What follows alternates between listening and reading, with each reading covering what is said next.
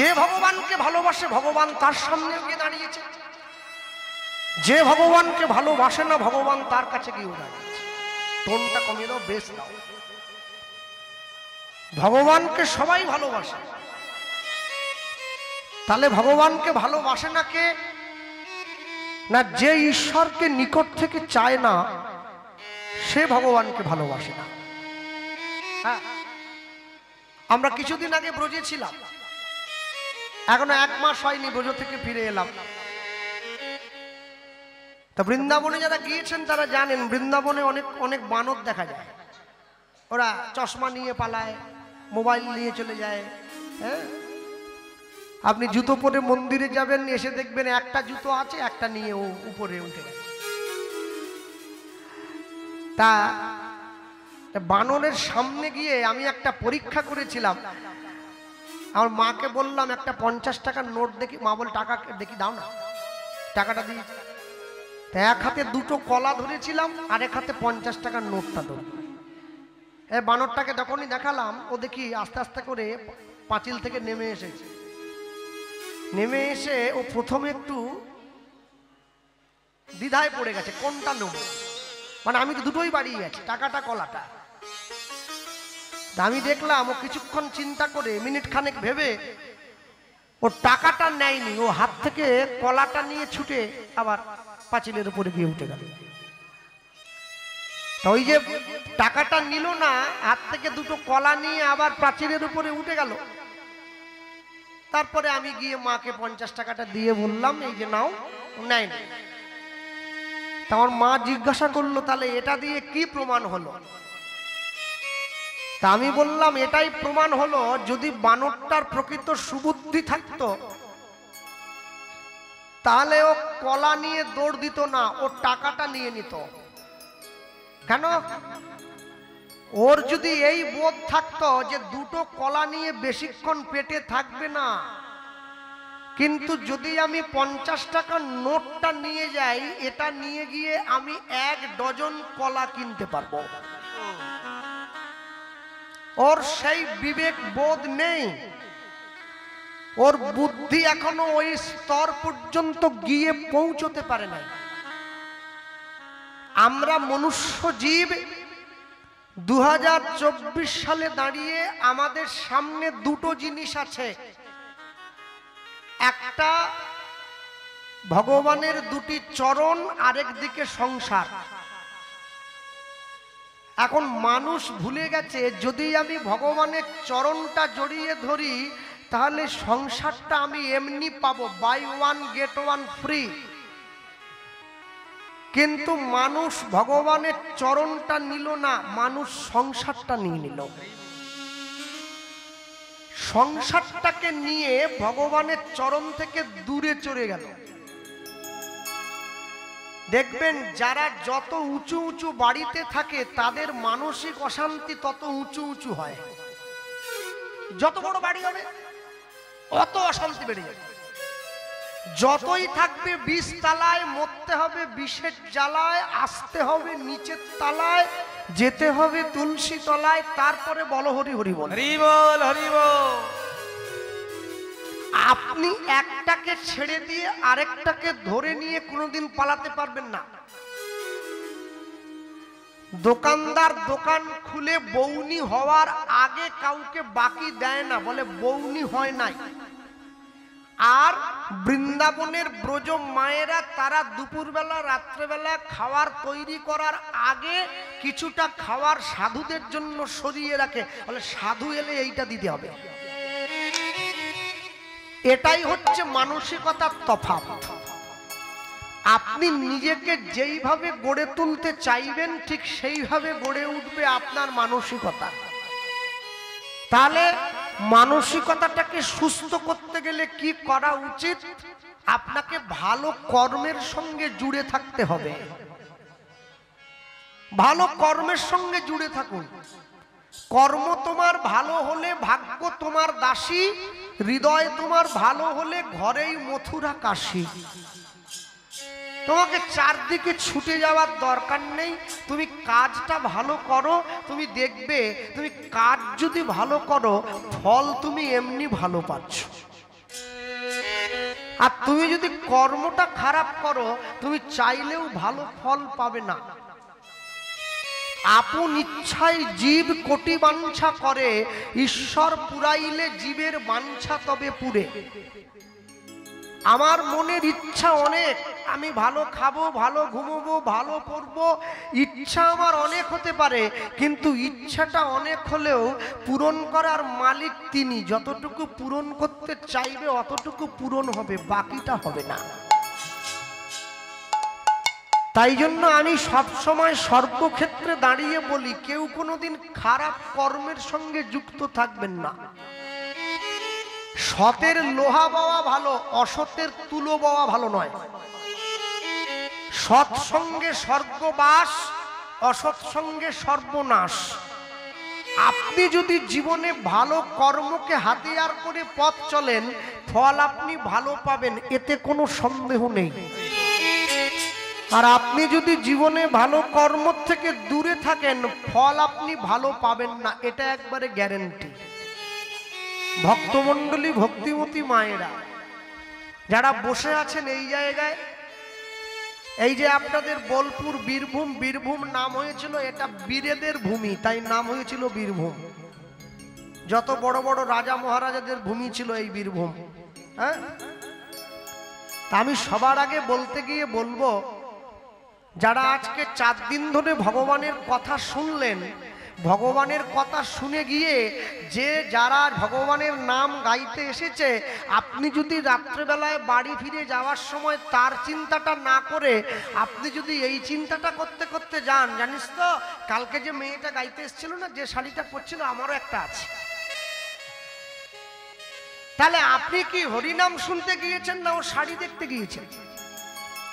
মোট কথা হলো, ঈশ্বরের নাম অন্তর মাঝে বসিয়ে নিতে হবে। যা শুনে গেলেন, পথে যেতে যেতে বাড়িতে গিয়ে আলোচনা করবেন। যদি কাউকে না পান, নিজের মনের সঙ্গে আলোচনা করুন। দুধটাকে ঘোরাতে ঘোরাতে মাখন তৈরি হয়, দুধের মধ্যে লুকিয়ে থাকে। দুধটা বালতিতে করে সারা জীবন রেখে দিলে 1 ফোঁটা মাখন বেরিয়ে আসবে না। দুধটাকে নাড়া দিতে হবে, তবে মাখনটা বেরিয়ে আসবে। ঠিক তেমনি অন্তরটাকে যত বেশি কৃষ্ণ প্রেমের সঙ্গে ঘষা মাজা করবেন, প্রেমটা বেরিয়ে আসবে, না হলে আসবে না। হরি বল, হরি বল। সারা জীবন রেখে দিলেও আসে না। হ্যাঁ, অনেকে বলে আর আজকে কীর্তন শুনতে যাইনি, কালকে ইচ্ছে হলে শুনতে যাব। জীবনে ইচ্ছে হবে না কোনোদিন, কোনোদিন ইচ্ছে হবে না আজ একটু শুনতে যাই। ইচ্ছেটাকে সৎ অভিমুখে পরিচালনা করাটাই সব থেকে বড় যোগ্যতার দরকার হয়। যে ছেলেটা ক্লাসে ফার্স্ট হয়, ও যে বইটা পড়েছে, আর যে 30 পেয়ে পাশ করেছে, ও তো একই বই পড়েছে। তাহলে কেন ফার্স্ট হলো একজন আর একজন কেন লাস্ট হলো? বলে যে ফার্স্ট হয়েছে ওর সঙ্গে পড়াশুনোর মনের মিল হয়েছে, তাই ও সবার আগের দিকে আছে। আর যে শেষে আছে ওর সঙ্গে পড়ার মনের মিল হয়নি, ও শুধু পাস করার জন্য স্কুলে গেছে, তাই ও সবার শেষে আছে। আপনাকে সবকিছু ছেড়ে দেওয়া হয়েছে। এমনই সমাজে, এমনই যুগে বাস করি আমরা।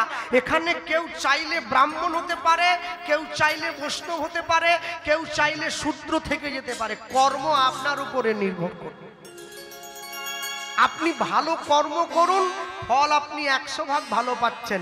সারা জীবন ধরে উচ্ছে গাছ লাগিয়ে মরার সময় আম চাইলে পাওয়া যায় না, উচ্ছেই নিতে হয়। তাহলে যদি চৈতন্য মহাপ্রভুকে ভালোবাসতে না পারি, আমি নিতাই চাঁদকে ভালোবাসবো, বীরভূমের ছেলে। আর তাও যদি না পারি, নিতাই চাঁদের পরিকর যারা, তাদেরকে তো ভালোবাসতে পারি। সেটাও বৈষ্ণব মহাজন পরিষ্কার করে দিলেন। কি লিখছেন? রূপ রঘুনাথ পদে হইবে আকুতি,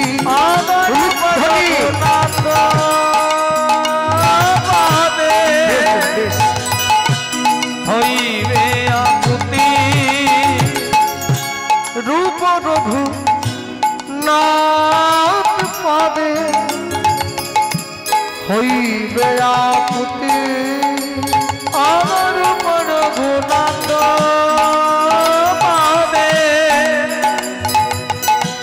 হইবে আকুতি, কবে হাম মুখে রব যুগল প্রীতি আয়না কবে আম রব যুগল রূপরধু রূপরধু নাথ পদে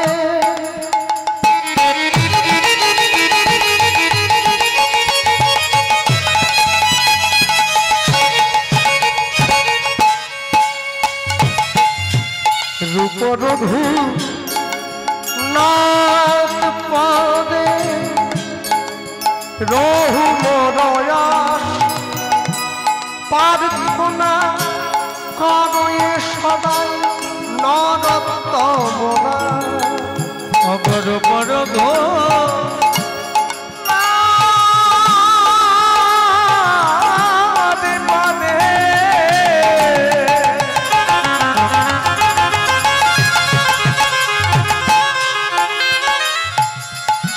অগর ভুমর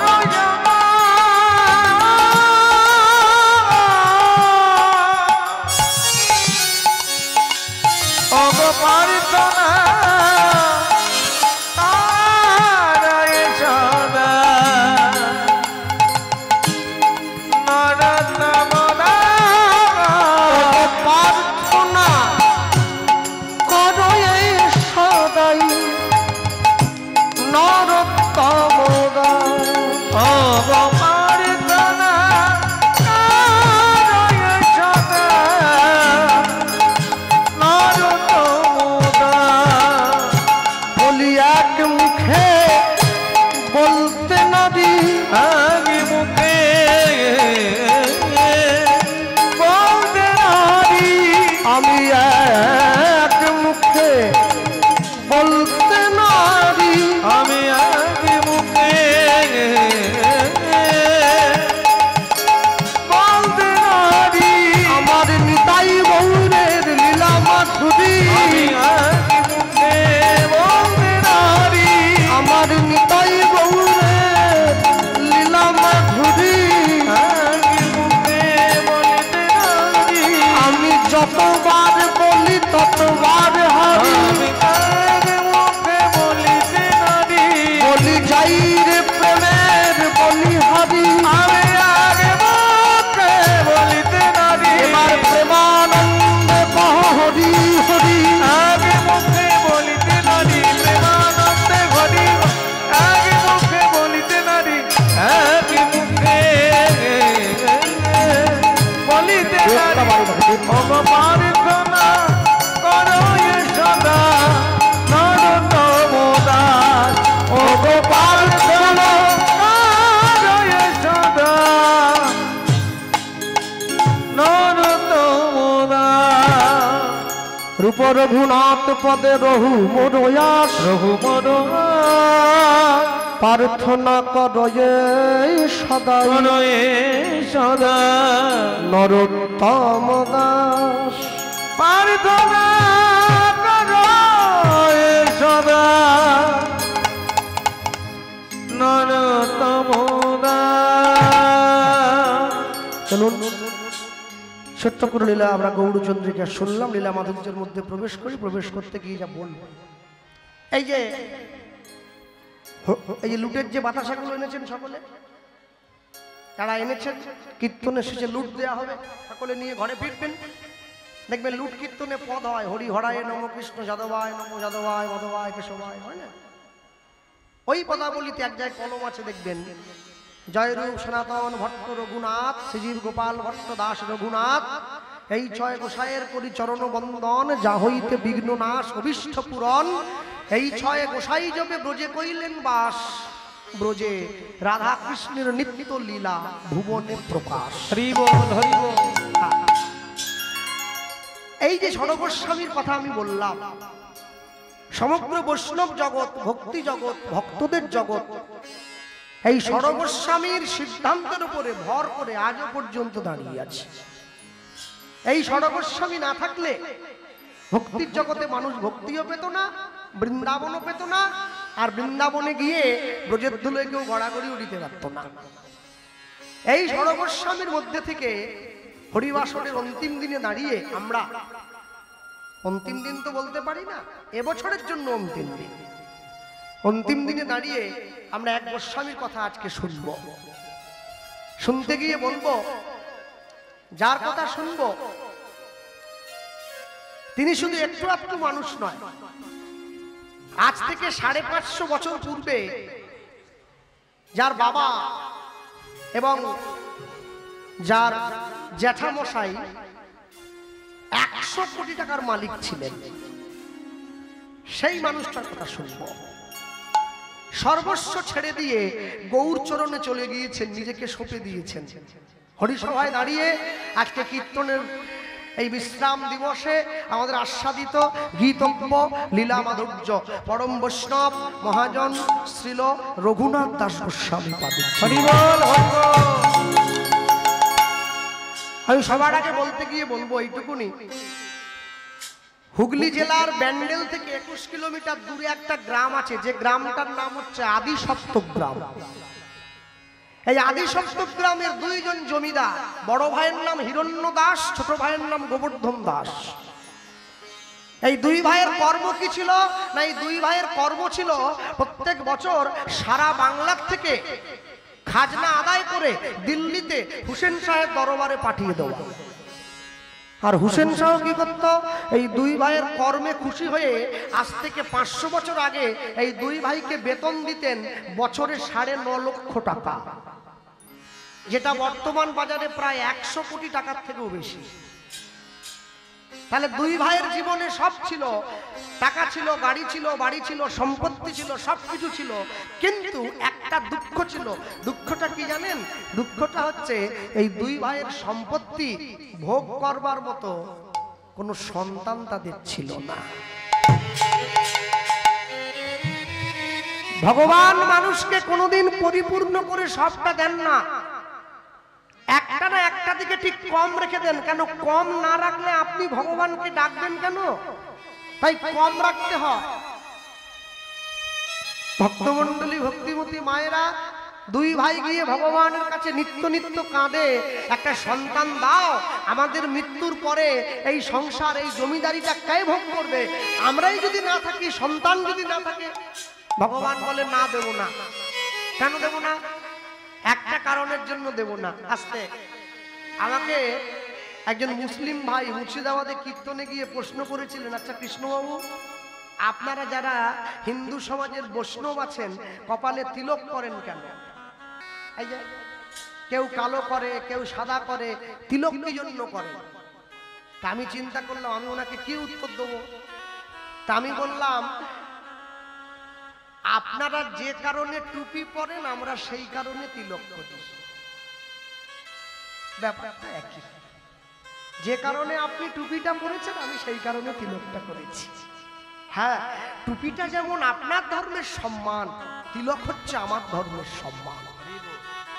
শুধুমাত্র বৈষ্ণব হলেই তিলক করবে, না হলে করবে না, এ কথা ভেলো না। ও আমার দেশের মাটি, তোমার পরে ঠেকাই মাথা। এটা দেশের মাটি। মাটিকে সম্মান দিতে না পারলে তুমি দেশকে সম্মান দেবে কি করে? সবার আগে মাটিকে সম্মান দাও। ভগবান রঘুনাথ দাসের বাবা জ্যাঠা দুইজন, হিরণ্য দাস, গোবর্ধন দাস, ভগবানের কাছে নিত্য নিত্য কাঁদে, প্রভু সন্তান দাও, সন্তান দাও। ভগবান বলে না, দেব না। কেন? বলে সন্তান দেইনি বলে তোরা আমাকে ডাকছিস, যদি দিয়ে দেই আর তো ডাকবি না। মানুষ যখন সুখে থাকে তখন ভগবানকে ভুলে যায়, মানুষ যখন দুঃখে থাকে তখনই ভগবানকে ডাকে। আজকে দুই ভাই মিলে বুদ্ধি করে ভগবানের মন্দিরে ভগবানের চরণটা জড়িয়ে ধরে বলছে, প্রভু এতদিন পর্যন্ত নিজেদের জন্য সন্তান চাইছি, আজকে নিজেদের জন্য চাইবো না, আজকে সন্তান চাইবো তোমার সেবার জন্য। দেখি তুমি কেমন করে মুখ ফিরিয়ে থাকো। আজকে দুই ভাই গিয়ে ভগবানকে বলছে, প্রভু এতদিন পর্যন্ত নিজেদের জন্য সন্তান চাইতাম, আজকে সন্তান চাইছি, আমরা মারা গেলে তোমার মন্দিরে তোমার সেবাটা কে করবে? তাই তোমার সেবার জন্য একটা সন্তান দাও। এই যে মায়েরা বসে আছেন এইদিকে, যারা মনে রাখবেন যে গৃহবধূ, যে বাড়ির স্ত্রী ভালো রান্না করতে পারে সে আদর্শ গৃহবধূ নয়। যে বাড়ির স্ত্রী দেখতে খুব সুন্দর সে আদর্শ গৃহবধূ নয়। যে বাড়ির স্ত্রী অনেকটা লেখাপড়া করেছে সে আদর্শ গৃহবধূ নয়। যে বাড়ির গৃহবধূ, যে সংসারের ঘরণী কৃষ্ণ ভক্ত সন্তানের জন্ম দিয়ে সংসারকে উত্তরণের পথ দেখায় সে হলো আদর্শ গৃহবধূ। হরি বল, হরি বল।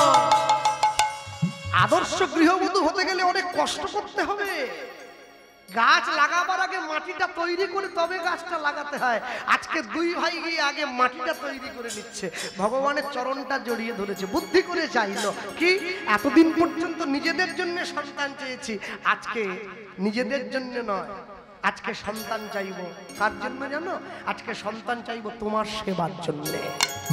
প্রভু এতদিন নিজেদের জন্য নয়, আজকে চাইতে এলাম আমাদের মৃত্যুর পরে তোমার সেবাটা করে, তোমার সেবার মন্দিরে দাঁড়িয়ে তোমাকে সুখী কে করবে সেই জন্য একটা সন্তান দাও। তাই বলতে গিয়ে বলবো কি, জপনাম মুখে,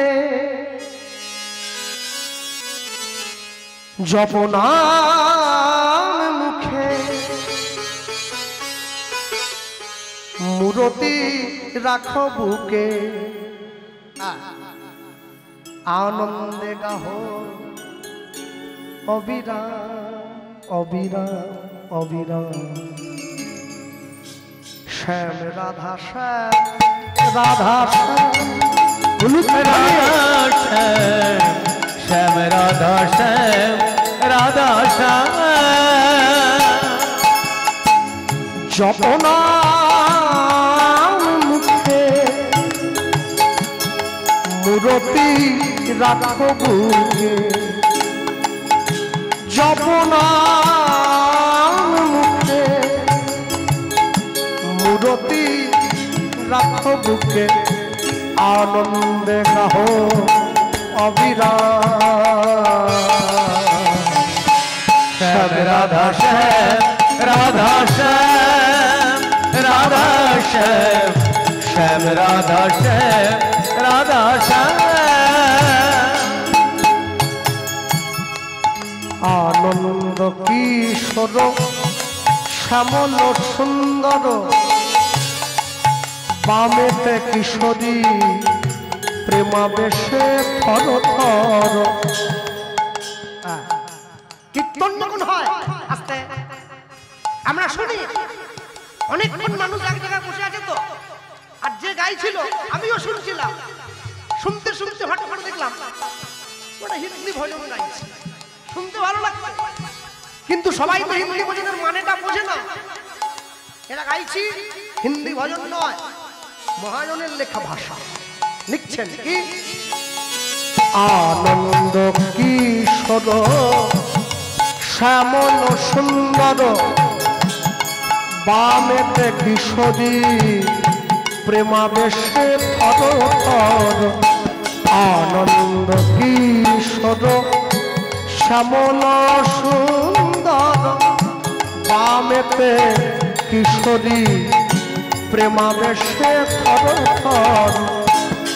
অপার সংসার প্রেমের পরমার, অপার সংসার প্রেমের পরমার, অপার সংসার প্রেমের পরমার, অপার সংসার প্রেমের পরমার। গৃহ হবে ব্রজধাম। শ্যাম রাধা শ্যাম রাধা শ্যাম রাধা শ্যাম, শ্যাম রাধা শ্যাম রাধা শ্যাম রাধা শ্যাম, শ্যাম রাধা শ্যাম রাধা শ্যাম। নাম জপে যাবে গোলক ধামে, শোকতাপ হবে দূর শ্রীহরি নামে। নাম জপে যাবে গোলক ধামে, শোকতাপ হবে দূর শ্রীহরি নামে সাধন সিদ্ধি হবে, পূর্ণ হবে মনস্কামনা। সাধন সিদ্ধি হবে, পূর্ণ হবে মনস্কামনা। সাধন সিদ্ধি হবে, পূর্ণ হবে মনস্কাম। সাধন সিদ্ধি হবে, পূর্ণ হবে মনস্কাম। গৃহ হবে ব্রজধাম। শ্যাম রাধা শ্যাম রাধা শ্যাম রাধা শ্যাম, শ্যাম রাধা শ্যাম রাধা শ্যাম। জপনা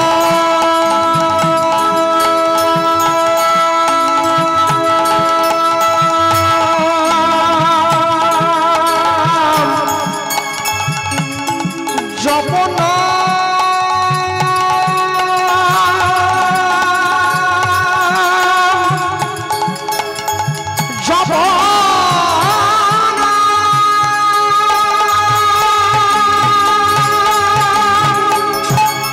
জপনা মুখে মুরতি রাখো বুকে। জপনা মুখে মূরতি রাখো বুকে। আনন্দে রাহো অবিরাম। শ্যাম রাধা শ্যাম রাধা শ্যাম